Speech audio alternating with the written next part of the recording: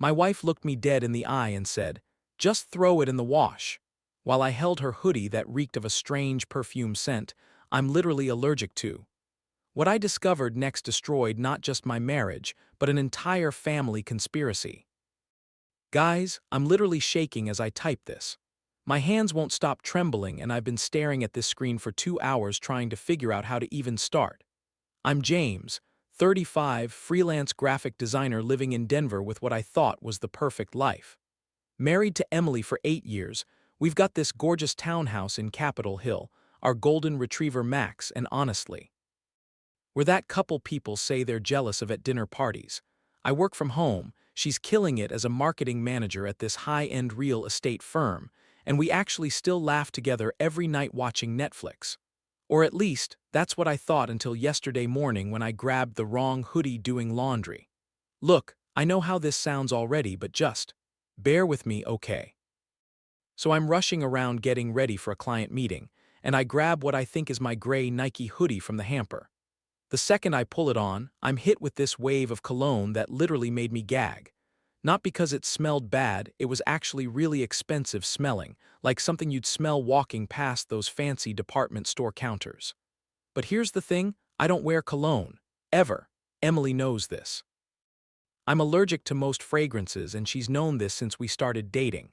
I'm standing there in our bedroom like an idiot, holding this hoodie up to my nose and the smell is so strong it's like she'd been pressed up against someone for hours. You know that smell when you hug someone and their scent just transfers to your clothes, but this was intense. My stomach just dropped. You know that feeling. Like when you're on a roller coaster and you hit that first big drop. That's exactly what happened to my insides. So I checked the pockets because what else are you gonna do, right?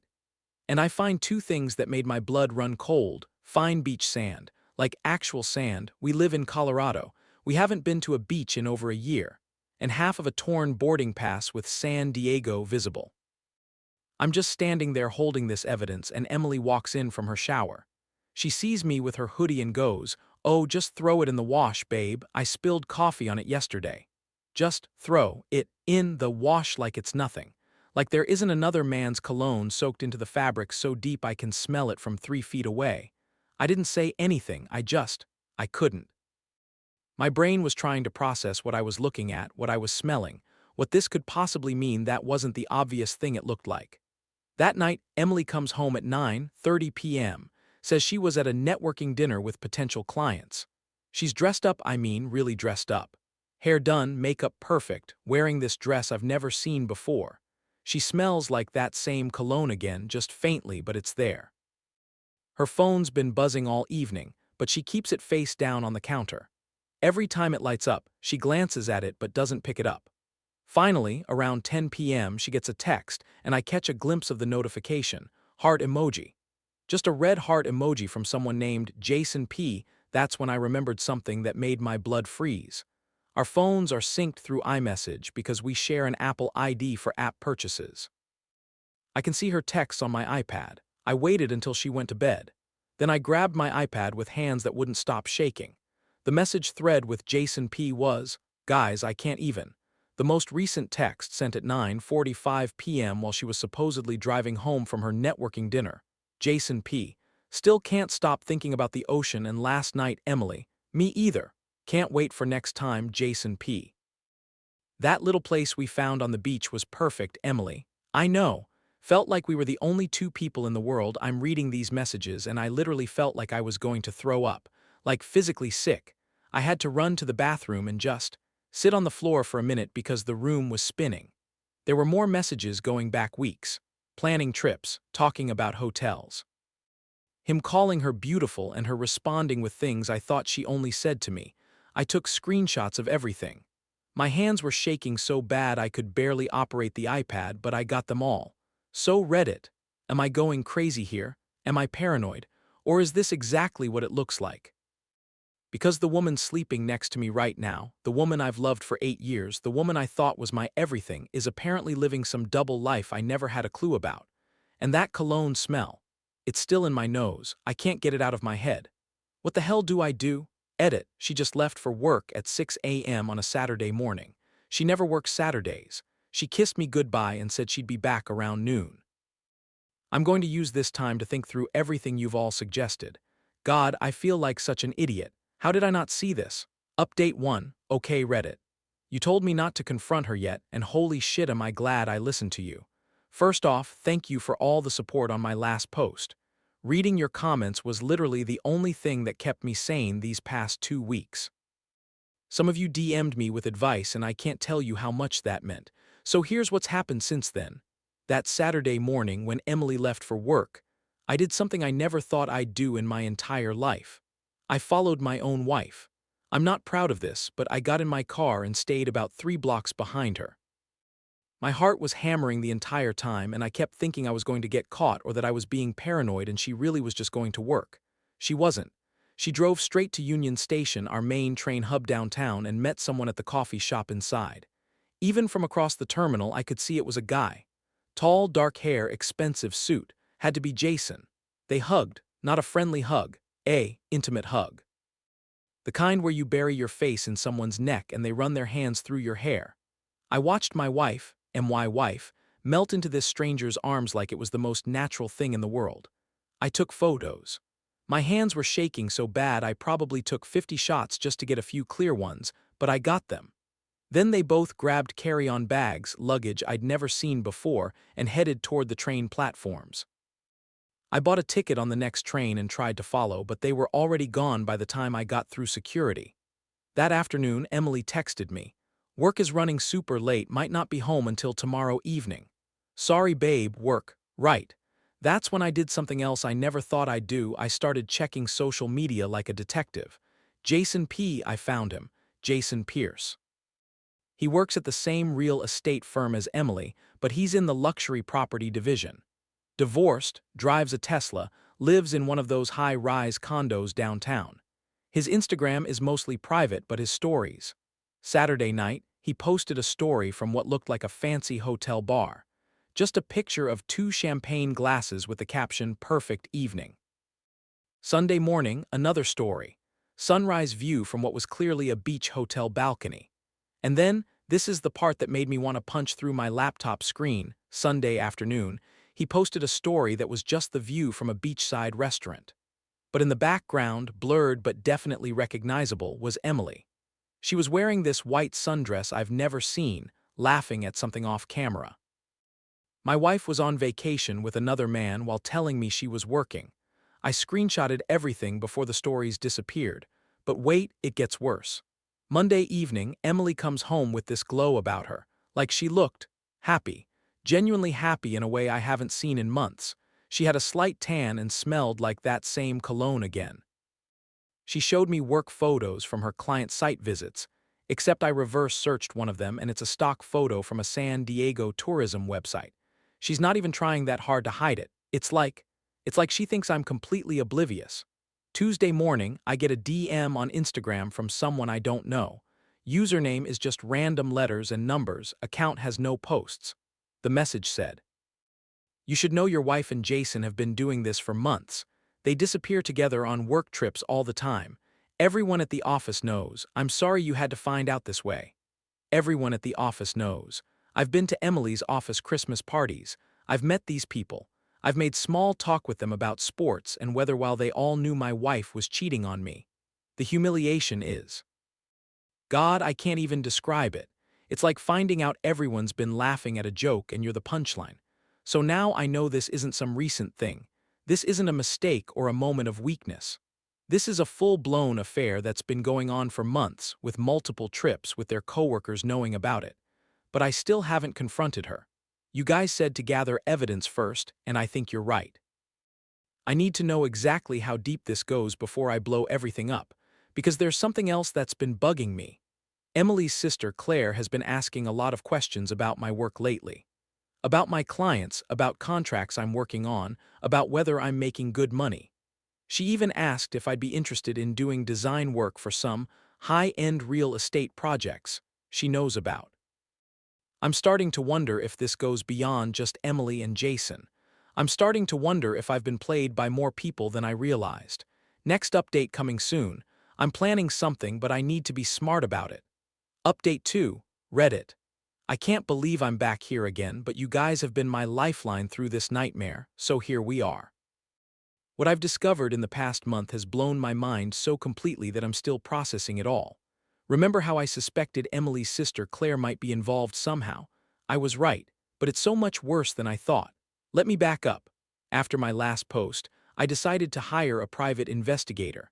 I know that sounds dramatic, but I needed professional help to really understand what I was dealing with.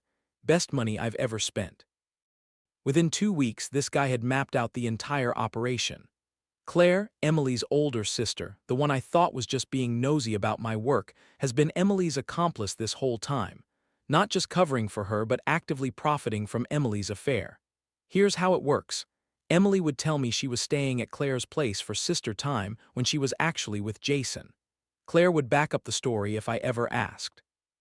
But while Emily was off on her romantic getaways, Claire was using Emily's relationship with Jason to network with his wealthy investor clients. See, Jason isn't just some random guy at Emily's company. He's the lead on this massive luxury development project downtown. We're talking $100 million investments. And Claire has been using her sister's boyfriend connection to worm her way into those investor meetings and poach clients for her own boutique consulting firm. Emily gets her affair covered up, Claire gets access to millionaire real estate investors, and Jason gets, well, he gets to have his cake and eat it too. I've been funding my wife's affair and my sister-in-law's business expansion without knowing it. The pie showed me photos of Claire at investor dinners that Emily told me were work functions she couldn't bring spouses to. Photos of Claire and Jason shaking hands with men in expensive suits, while Emily sits there playing the supportive girlfriend role. They've made hundreds of thousands of dollars off connections that came from Emily's relationship with Jason. Meanwhile, I'm home walking our dog and wondering why my wife seems so distant lately. But here's where it gets interesting. 2 months of careful investigation led me to discover that Jason's big development project was already on thin ice. Here's the kicker. Through my business connections in graphic design, I'd actually been approached 6 months ago to be a silent limited partner in this exact project. I'd committed a significant amount as an LP before I even knew who Jason was. When I discovered the covenant breach clause regarding key personnel conflicts of interest in the partnership agreement, I realized I had grounds to trigger an investor review. Jason's affair with a colleague, especially one who was helping funnel insider information to third parties, was a direct violation of the ethics clauses I'd insisted on. So I did something that probably makes me petty as hell, but I don't care anymore. I positioned myself to use the leverage I already had as a key funding partner. That's right. The man who's been sleeping with my wife for months has been doing it with money I helped provide for his dream project. But I'm not going to do it quietly. Oh no. See, there's this event coming up that's absolutely perfect for what I have planned. Claire's 40th birthday party. She's throwing herself this huge celebration at some upscale restaurant downtown, and she's invited everyone, Emily, Jason, all their coworkers, the investor clients, extended family, everyone. Emily has been helping Claire plan it for weeks. She's so excited about this party. Keeps talking about how it's going to be the social event of the year and how important it is for Claire's business image. Jason's going to be there too, as Emily's colleague. I'm supposed to be the dutiful husband who smiles and makes small talk while my wife and her affair partner pretend they barely know each other. But I've got other plans. I've prepared a special birthday gift for Claire. A memory album filled with photos of Emily and Jason from all their trips together. Timestamps, locations, everything. The pie got shots of them at airports, hotels, restaurants, on beaches. A complete photographic timeline of their affair. I've also prepared a little presentation for the evening. Remember how Jason needs investors for his project? Well, everyone who matters in Denver real estate is going to be at this party. And they're all going to get front row seats to watch Jason's funding disappear in real time. I'm going to project my investor withdrawal notice on the restaurant's big screen, right in the middle of Claire's birthday toast. Signed by me. With my real name. Emily's going to realize I've known everything this whole time. Jason's going to realize his affair just cost him his career. Claire's going to realize her business network is about to evaporate. And everyone else is going to realize they just witnessed the most expensive birthday party revenge in Denver history. The party is this Saturday. I've already moved my important stuff out of the house. Already met with a divorce lawyer. Already secured legal documentation proving I was Max's primary caregiver, adoption papers, vet bills, microchip registration, all in my name from the beginning. Emily might have loved him, but legally he's mine. Emily has no idea what's coming. This morning she asked if I was excited about Claire's party and whether I thought her new dress looked good. I told her she looked beautiful and that I couldn't wait for Saturday night. I wasn't lying. I really can't wait. Final update. Well, Reddit. I promised I'd update you after Claire's birthday party, and I'm finally ready to tell you how it all went down. Saturday night was. Honestly, it was everything I'd hoped for and more. I got to the restaurant early and talked to the manager about using their projection system for a surprise birthday slideshow. They were totally on board, thought it was sweet that I was helping plan something special for my sister-in-law. Emily arrived looking absolutely stunning.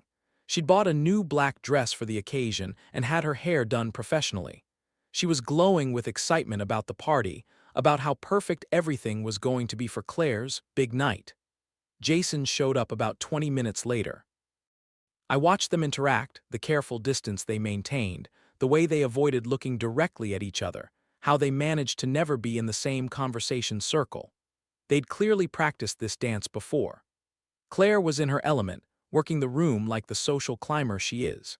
She introduced me to several of her clients, mentioning how I was Emily's talented husband and how happy she was that the family was all together.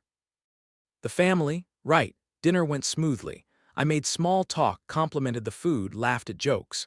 Emily kept squeezing my hand under the table, telling me how happy she was that I was finally getting to meet all these important people from her work life. After dessert, Claire stood up to give a thank you speech. She talked about family, about loyalty, about how grateful she was for everyone who'd helped her build her dreams. That's when I stood up. Actually, I have a surprise gift for Claire, I announced. I put together a little memory album that I think everyone will enjoy. Emily beamed at me. She thought I was being the perfect supportive husband. I handed Claire the album I'd prepared. She opened it with this huge smile on her face, expecting family photos or something sentimental. Instead, she found photo after photo of Emily and Jason. At the San Diego resort, at the Denver airport, at romantic restaurants, holding hands on the beach, kissing in hotel lobbies, the smile fell off her face so fast it was almost comical. "What? What is this?" she whispered. "Those are photos of your sister's affair," I said, loud enough for nearby tables to hear. "The affair you've been helping cover up for months while using her relationship with Jason to steal clients." The silence that fell over the restaurant was deafening. Emily had gone completely white. Jason was looking around for the nearest exit. Claire was still staring at the album like she couldn't process what she was seeing. "But wait," I continued, pulling out my phone. "There's more." I started the projection system. Up on the big screen for everyone to see was my official investor withdrawal notice from Jason's development project. "Jason," I called out, "you might want to look at this." He looked up at the screen and I watched his face go through about 5 different emotions in 3 seconds. Confusion, recognition, horror, and finally, complete panic. "See, I found out about your little arrangement," I explained to the now completely silent room. "Emily gets her affair covered up, Claire gets access to your investor network, and you get. Well, you got to sleep with my wife for 6 months." Emily made this small, broken sound, like a whimper. "But here's the thing about investor networks," I continued. "They don't like being used, and they really don't like being lied to." I looked around the room at all the well-dressed people who'd been schmoozing with Claire all evening. How many of you were introduced to Claire through her connection to Jason's project? How many of you brought her into your business circles because you thought she was trustworthy? Several people were nodding, looking confused and angry. Well, now you know, she's been using her sister's affair to manipulate her way into your networks. Every introduction, every business card exchange, every deal she pitched to you, it was all built on a lie. Claire finally found her voice. "James, you don't understand." "I understand perfectly," I cut her off. "I understand that while I was home walking my dog and wondering why my wife seemed distant, you too were helping her live a double life so you could profit from it." I turned to Emily. She was crying now, mascara running down her face. 8 years, I said quietly. 8 years I loved you, trusted you, built a life with you, and this is what you were doing behind my back. Jason tried to leave then, but I wasn't done. Jason, before you go, you should know your project is officially dead. Without my funding, you don't have enough to break ground. Your investors are going to pull out when they realize the lead developer can't even keep his personal life professional. He stopped walking, turned around. For a second, I thought he might try to punch me. Instead, he just said, "You have no idea what you've just done." "Actually, I know exactly what I've done," I replied. "I've made sure that the 3 people who betrayed me most are going to face consequences for their actions." Then I turned to the whole room and said, "Sorry to ruin the party, everyone, but I thought you deserved to know who you've really been doing business with." And I walked out. The aftermath has been. Well, it's been everything I hoped for. Emily came home that night crying and begging for forgiveness. I told her the locks would be changed by morning and that she should find somewhere else to stay.